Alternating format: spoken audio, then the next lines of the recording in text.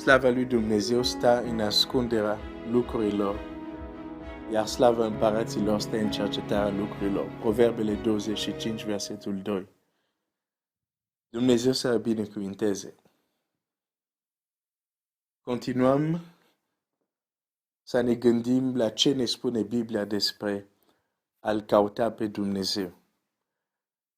O să mă întorc astăzi în Luca 24, versetul 5, unde îngeri spun: de ce căutați printre cei morți cel care este viu? Avem tendința uneori să-L căutăm pe Dumnezeu acolo unde nu este și astăzi vreau să merg mai departe și să vedem un alt context sau un alt aspect unde foarte ușor cadem, unde putem să-L căutăm pe Dumnezeu acolo unde nu este. Și pentru asta aș vrea să citesc ce s-a întâmplat în viața poporului Israel, chiar în vremea când Domnul Iisus, Mântuitorul nostru, era pe pământ. Găsim în Luca 19 și versetul 42. Luca 19, versetul 42. Hai să citesc și versetul 41.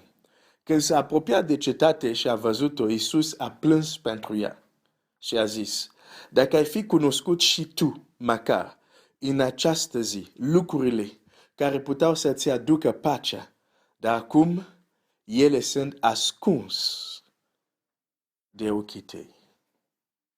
Vorbim din noi despre ochi. Dar acum ele sunt ascuns de ochii tăi. O paranteză, când ți amintești, roagă-te pentru mine, Dumnezeu să-mi dea înțelepciune. Dacă spun ceva care consider că nu este așa, nu am pretenția să spun că știu tot. Deci roagă-te pentru mine, chiar poți să-mi scrii, să-mi trimiți un mesaj, dar Dumnezeu să mă întărească, să-mi dea înțelepciune, putere și îndrăzneală. Am închis paranteza, când ți amintești. Dacă ai fi cunoscut și tu măcar în această zi lucrurile care puteau să-ți aducă, să-ți dea pacea. Știm că astăzi mai există oameni care îl așteaptă pe Mesia. Dar El a venit. În vremea Domnului Iisus, unii oameni continuau să aștepte Mesia. Ei căutau mângâiere, căutau încurajare sau găsea speranța în viitor. Se gândeau, va veni Mesia și va așeza toate lucrurile. Dar Mesia era deja prezent. Emanuel era Dumnezeu printre noi, era deja acolo printre ei și lucrul acesta dovedit prin puterea lui Dumnezeu care s-a manifestat prin el în zilele vieții lui. Și totuși unii mai așteptau. De asta putem citi chiar în Evangheliile, unii care la un moment dat au zis: când Mesia va veni, oare va putea să facă mai multe minuni decât acesta? Cu alte cuvinte, ei spun: da, noi mă așteptam Mesia, dar ce vedem cu acel om Iisus? Oare se poate cineva să facă mai mult decât el? Când o să vină Mesia, oare va putea să facă mai mult decât el? De ce așteptau Mesia? Când Mesia era deja prezent acolo. Deci, vedem această situație. Ei se gândesc în viitor că va veni Mesia, când de fapt Mesia este cu ei acolo, prezent. Prin urmare, viitorul unde ei așteaptă sau caută Mesia nu-l vor găsi niciodată acolo, în viitor. Pentru că nu e acolo în viitor, e prezent cu ei. O să-mi spui, dar Domnul Iisus se va întoarce. Da, a doua revenire, dar ei încă așteaptă prima venire. De prima venire vorbesc aici. Deci ei așteaptă prima venire în viitor și nu-l vor găsi acolo. De ce? Pentru că a venit deja. Uneori îl căutăm pe Dumnezeu acolo unde nu este, pentru că nu înțelegem vremurile care le trăim.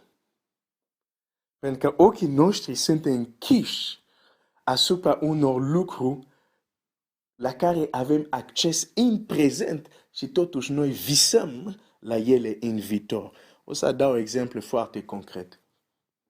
De exemplu, am auzit oameni care spun: când voi muri, o să mă duc la Domnul și o să-L întreb: dar, Doamne, de ce a fost așa pe pământ sau de ce situația aceasta și așa mai departe. Cu alte cuvinte, mulți credincioși se gândesc la întâlnirea cu Dumnezeu ca ceva care este în viitor. Când ei vor muri, se gândesc ei, și se vor duce în cer, se vor în sfârșit întâlni cu Dumnezeu. Deci întâlnirea cu Dumnezeu este un lucru viitor. Este adevărat că Domnul Iisus a promis și a zis că El se duce și se duce să pregătească un loc și apoi se va întoarce. Da, vorbește de împărăție. Biblia Apocalipsa ne vorbește de cerul nou, pământul nou. Da? Deci nu neg acest adevărul, dar este un lucru care vreau să-l precizez. Este faptul că același Domnul Iisus care a zis: mă duc să vă pregătesc un loc și o să mă întorc, o să vă iau. Același Domnul Iisus a spus: mergeți, propovăduiți Evanghelia. Și iată, eu sunt cu voi până la sfârșitul veacului. Același Iisus spune în Ioan, și aici chiar vreau să citesc, în Ioan, Ioan 14, 21, cine are poruncile mele și le păzește, acela mă iubește. Și cine mă iubește va fi iubit de Tatăl meu. Eu îl voi iubi și mă voi arăta lui. Pot să citesc mai departe, verset 23. Drept răspuns, Iisus a zis: dacă mă iubește cineva, va păzi cuvântul meu și Tatăl meu îl va iubi. Noi vom veni la el și vom locui împreună cu el. Deci, mulți creștini se gândesc la o întâlnire reală cu Dumnezeu după moarte. Când Domnul Iisus zice: nu, ne vom întâlni cu tine aici. Vom locui. Când, de exemplu, zice, noi vom veni la el și vom locui împreună cu el. Nu se referă că ai murit și te-ai dus în cer. Se referă că trăiești pe pământ și Dumnezeu în cer și Fiul vin și se întâlnesc cu tine. Da, avem promisiuni de viitor. Însă, seducția este să ne focalizăm pe promisiunile de viitor și ochii noștri să fie închiși la promisiunile din prezent.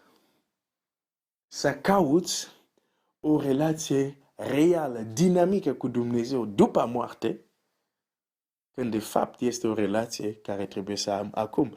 Dacă aici tu nu poți să-L întrebi pe Dumnezeu, nu poți să-i pui întrebări lui Dumnezeu, nu în cer o să-i pui întrebări.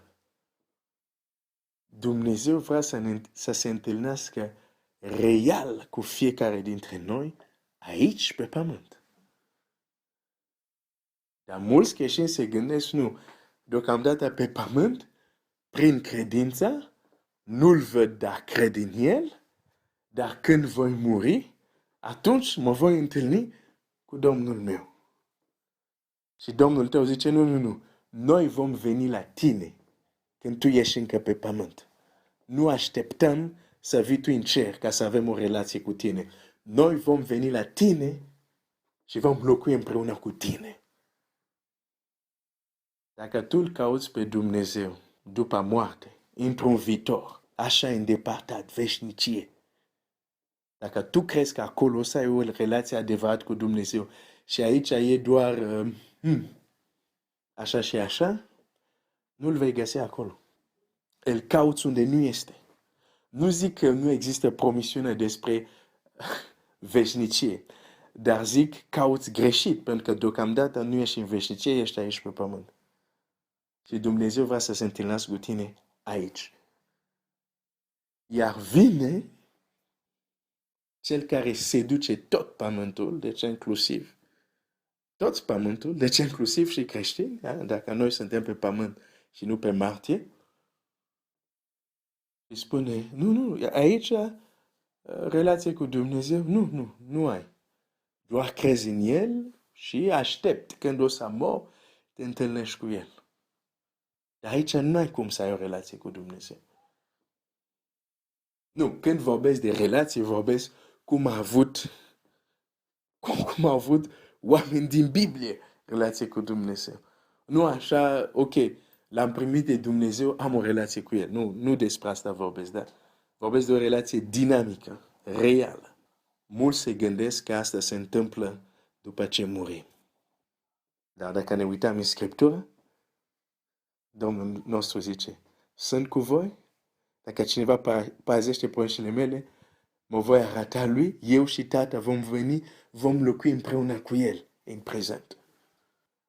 Dacă nu realizez că Dumnezeu vrea să aibă o relație cât mai se poate de reală, 100% cu El acum, în prezent, și ochii mei sunt orbit asupra posibilității în prezent să mă întâlnesc cu El și mă gândesc ca cei din Israel atunci, la un viitor, când o să mor, când o să mă duc în veșnicie, normal că nu-L voi găsi pe Dumnezeu. Aici, în viața mea pe pământ, nu-L voi găsi. Pentru că în mintea mea nu e aici. E după ce mor. Dar în Scriptura vedem, da, sigur, avem, din nou spun, avem promisiuni despre experiența noastră după ce plecăm de aici. Nu neg lucrul acesta. Ceea ce vreau să arăt aici este că de multe ori ne focalizăm prea mult asupra acestui viitor în veșnicie. Lăsăm multe lucruri care ar trebui să le trăim aici. Ochii noștri sunt orbiți și ne focalizăm asupra unui viitor care pentru unii nu va exista. Nu zic eu, spun Scriptura. Scriptura spune, mulți vor fi surprinși în ziua aceea că nu sunt cu Dumnezeu. Matei 7. Mulți îmi vor zice în ziua aceea. Nu zic eu, zice Domnul.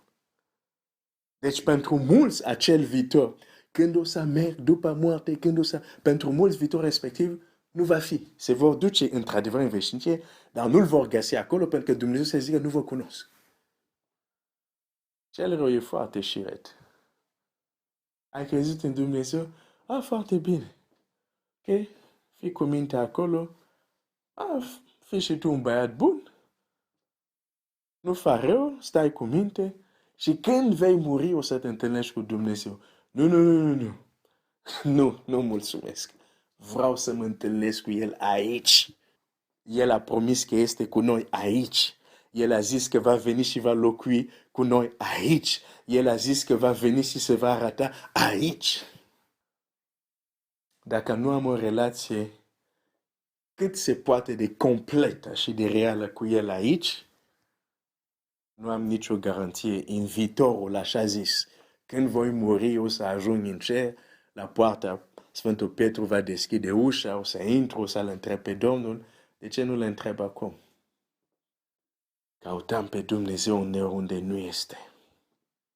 În viitor, când voi muri, dar pentru mulți acel viitor nu-L vor găsi acolo.